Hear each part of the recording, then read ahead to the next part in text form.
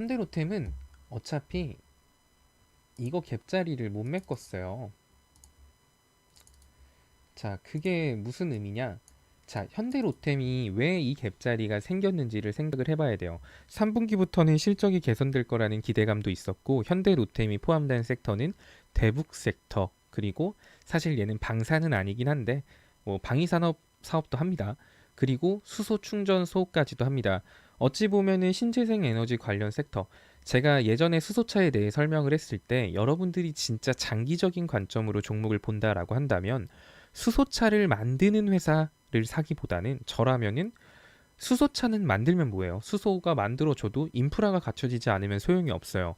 테슬라 전기자동차 좋죠. 근데 이 매출이 올라가기 위해선 전기 충전소가 많이 깔려야 돼요. 즉 인프라 확충이 되게 중요하다라는 거죠. 그만큼 내가 만약에 수소 에너지에 대해 관심이 많다라고 한다면 이미 많이 올라가 있는 수소차에 관련된 제조하는 회사를 사기보다는 저라면 인프라를 구축하는 회사를 살 거다라고 했죠. 그 중에 하나가 EM코리아기도 하고 현대로템이기도 합니다. 수소 관련 섹터로도 연결이 되어 있고 대북 섹터로도 연결이 되어 있죠. 대북주 같은 경우는 이제 트럼프가 김정은하고 어떤 대화를 하냐에 따라서 대선 전에 또 김정은하고 친서 주고받고 정은이는 또 나이 절친한 친구다. 정은이 이제 나 한 번만 더 만나면은 나 이번에 만약에 연임 한 번 하고 이번 대선 내가 대통령 한 번 더 되고 정은이 만나지? 그럼 바로 북한 비핵화 한다. 지금 뭐 정은이 나한테 친서 보낸 거 봤잖냐. 또 이런 식으로 또 트위터 쓰고 막 말하기 시작하면 또 대북 섹터들 엄청 꿈틀꿈틀 할 거예요. 왜냐하면 대북 제재가 해지된다라고 한다면 현대로템이나 다른 대북주들, 데아티아이 이런 애들은 기대감으로 상승폭을 보여줄 거고요. 최근에 데아티아이가 주봉갭을 만든 만큼 제가 주봉갭은 반드시 무조건 때려 죽여도 메꾼다라고 했죠. 때려 죽여도 메꾸는 게 주봉갭이에요. 근데 천하의 개잡주들은 메꾸지 않고 상패 당할 수도 있어요. 그러니까 애초에 주봉갭 있는 종목들을 살 때는 그런 천하의 개잡주는 사면 안 돼요. 이제 그런 여러 가지 이슈들이 동시에 얽혀 있는 종목이고 재무도 탄탄하고 우량주입니다. 그러면은 뭐 딱히 걱정할 필요가 없죠. 위에 갭도 있는데요. 뭐 그럼 얘는 언제 물량을 늘리냐 이 걱정만 하면 돼요.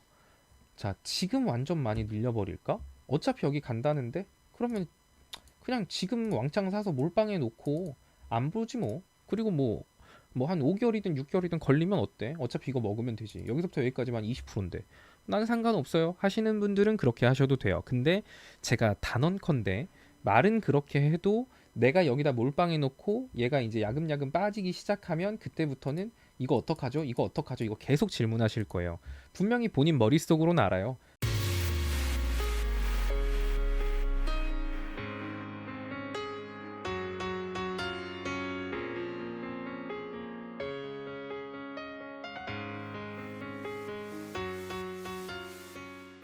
갭자리도 있고 재료도 있고 회사가 안전하다는 거.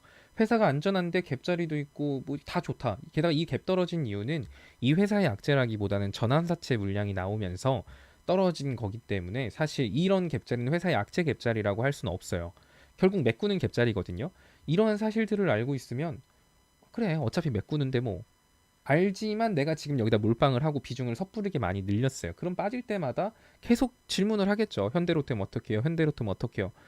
그럼 저는 갭자리 메꾼다라고 말을 해도 아, 네, 알겠습니다. 그 순간에는 뭐 안심하시겠죠? 그러니까 제가 지금 비중을 과하게 담지 말라고 말씀을 드리는 거예요. 결국 이 친구가 가려면 어떻게 가야 될까요? 갑자기 뜬금없이 얘가 나름 그래도 무거운 종목인데 이렇게 막 올라갈 수 있을까요? 어떠한 이슈가 있어야 올라가겠죠. 첫 번째로는 3분기 실적이 잘 나온다더라 라는 기대감이 확실하다라고 한다면 우상향을 할 거고요. 아니면 대북 테마, 김정은하고 뭐 트럼프랑 뭐 이것저것 얘기를 하면서 올라간다 하면은 대북 이슈가 재점화되면서 올라가겠죠. 즉 그러한 이슈들이 나와야 얘는 이 갭자리를 갈 거예요. 근데 지금 당장 트럼프가 뭐 김정은 하고 얘기한다고 한 것도 아니고 지금 곧 있으면은 또 북한 무슨 날이죠? 왜 단어가 생각이 안 나죠?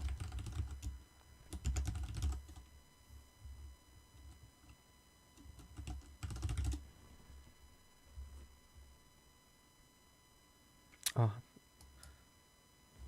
그 있잖아요. 북한 날 그거 그런 것들. 즉 그런 이슈들이 앞에 부정적인 대북주가 움직이기에 부정적인 이슈들이 있는데 굳이 지금 이거를 뭐 갑자기 비중 어차피 이거 갭자리 메꾼다고 비중 늘릴 필요가 없는 거예요. 그럼 이런 애는 어떻게 접근한다?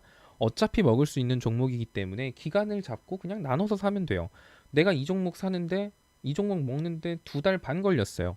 2달 반 걸려서 내가 이거 낮을 때도 사고 이렇게 떨어졌을 때도 사고 14,000원이 가도 사고 이렇게 팍팍 떨어졌을 때 샀다라고 하면 여기까지 가주면 완전 땡큐죠. 14,000원 막 이런 데까지 내려가 주면 진짜 더 좋은 거예요. 근데 어쨌든 지금 들어간 물량이 과비중은 절대 아닐 겁니다. 과비중이 아니기 때문에 여기까지 떨어져 주는 게 오히려 좋죠. 어차피 여기까지 떨어져 주면 이제 여기서부터 이만큼 먹을 수 있는데. 그러니까 기간을 잡고 얘는 그냥 최대한의 이익을 위해서 천천히 그냥 많이 떨어지길 기도해서 많이 떨어질 때마다 그냥 비중 5%씩 끊어서 담아서 비중 2, 30% 맞춘 다음에 여기서부터 이만큼 먹으면 3, 40% 먹는 건데 30% 이상 먹는 건데 그런 관점으로 접근하면 되는 그런 종목이에요. 단기 관점으로 접근하는 종목은 아닙니다. 얘도 맞아요. 창건일. 창건일이 코앞인데 지금 대북주를 산다고요? 창건일 날 뭐 갑자기 미사일 끌고 와가지고 쏜다고 막 협박하면 어떡할 거예요? 그럼 대북주들 어차피 또 갭 떨어질 텐데 그러면은 그때 만약에 북한이 미사일 창건일 날 막 ICBM 뭐 한다 이런 걸로 만약에 얘가 갭 떨어진다? 그러면은 이제 땡큐죠. 그럼 그때 사면 돼요.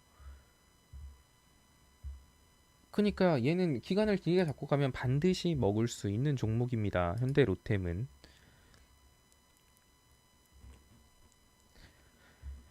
제가 반드시 먹는다라고 말한 건 정말 반드시 먹었어요. 아실 거예요. 어설픈 종목 여러 가지 메뚜기처럼 왔다 갔다 단타 친다고 들어가는데 결국 단타 친다고 들어가시는 분들 보면 고점 있는 종목 추격 매수해서 물려갖고 또 홀딩해요. 그리고 홧김에 손절하거나 그거 방치해 놓고 적금 깨고 예금 깨고 들고 와서 또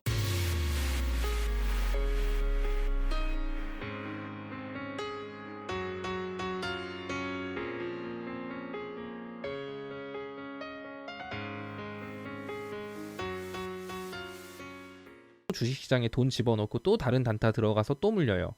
그러면서 주식은 뭐 회전이지 뭐 이런 말 하면서 이제 한 번에 크게 들어가면 많이 물리니까 이제 100만 원씩 쪼개가지고 급등하는 종목 한 10개씩 사죠. 뭐 50만 원씩 쪼개갖고 10개, 20개씩 사고. 그럼 개 중에 몇 개는 더 가요. 그럼 이제 먹은 것만 기억하죠. 물린 건 방치하고. 물린 건 또 언젠간 올라오겠지 뭐. 뭐 이런 생각으로 이제 그렇게 하니까 물린 거 방치하고 50만 원 들어가서 어떤 종목이 추격 매수했더니 상한가 갔네요. 역시 주식은 추격 매수가 짱이다. 뭐 이제 이런 생각 가지고 자기가 물린 거는 생각 안 해. 그건 이제 방치하고 이제 내 기억 속에서 지워버리고 언젠간 올라가겠지 뭐 하고 잊어요. 어차피 조금 샀으니까 뭐 이러면서 잊고 자꾸 그런 것만 해요. 그렇게 하다 보면 결국엔 다 물려요. 돈. 그러면은 이제 그때 가서 돈이 없거든요. 그럼 또 딴 거 해요. 이런 식으로 투자할 바에 차라리 반드시 먹을 수 있는 종목 기간 잡고 꾸준히 모아가서 대응해서 먹는 게 훨씬 낫겠죠. 근데 이렇게 말해도 분명히 이 순간에는 뭐 끄덕끄덕 하시겠지만 또 내일 되면 여러분의 손가락이 그 여러분의 의지랑은 관계없이 움직이는 종목을 매수 버튼 누르게 될 거예요. 그거 제가 잘 알고 있거든요. 근데 그 누르는 것까진 좋은데 많이 사진 마세요. 제발. 어차피 손절 못 할 거면. 그러니까 좀 그 순간의 그것 때문에 앞으로 진짜 몇십 년 남은 여러분의 그 주식 인생을 망칠 행동을 안 하는 게 좋습니다. 솔직히 다들 똑같아요. 대부분 진짜. 그런데 이제 조금 스스로 투자에 확신이 생기신 분들은 그리고 이제 좀 공부를 해서 차트를 보고 알게 되신 분들은 내가 종목에 들어갔어요. 근데 물렸네요. 그래도 내가 이 종목에 대한 확신이 있으면 물론 떨어지는데 어떻게 스트레스를 안 받아요. 아, 짜증나. 이 생각은 하죠. 근데 그 짜증나는 게 돈이 묶이는 그 기간이 짜증나는 거예요. 아, 이거 원래 한 2주일 보고 들어갔는데 이거 까딱 잘못하면 한 3개월 걸리겠는데? 아, 돈 묶이네. 짜증난다. 약간. 근데 그분들한테는 또 나름의 확신이 있어요. 기다리면 어차피 먹긴 해, 이거. 근데 떨어지니까 좀 짜증난다. 근데 모르고 투자하시는 분들은 불안해요. 얘가 다시 이 가격 안 오면 어떡하지? 이거 망하면 어떡하지? 이거 어떡하면 좋지? 이거 지금 더 사야 되나? 막 이런 거 평단 어떻게든 낮춰야 되나? 이러면서 그냥 생각 없이 계속 추매 버튼 누른단 말이에요. 그렇게 하면은 진짜 계속 꼬여요, 계좌가. 그러니까 알고 하는 주식하고 모르고 하는 주식은 정말 많이 차이가 납니다. 뭐 주식의 공부가 어딨냐?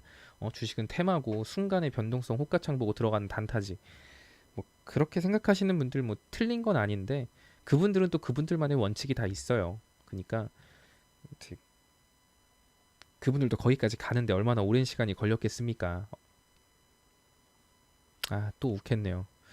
자, 어쨌든 현대로템은 한 종목을 이렇게나 많이 봤다고? 현대로템은 그렇고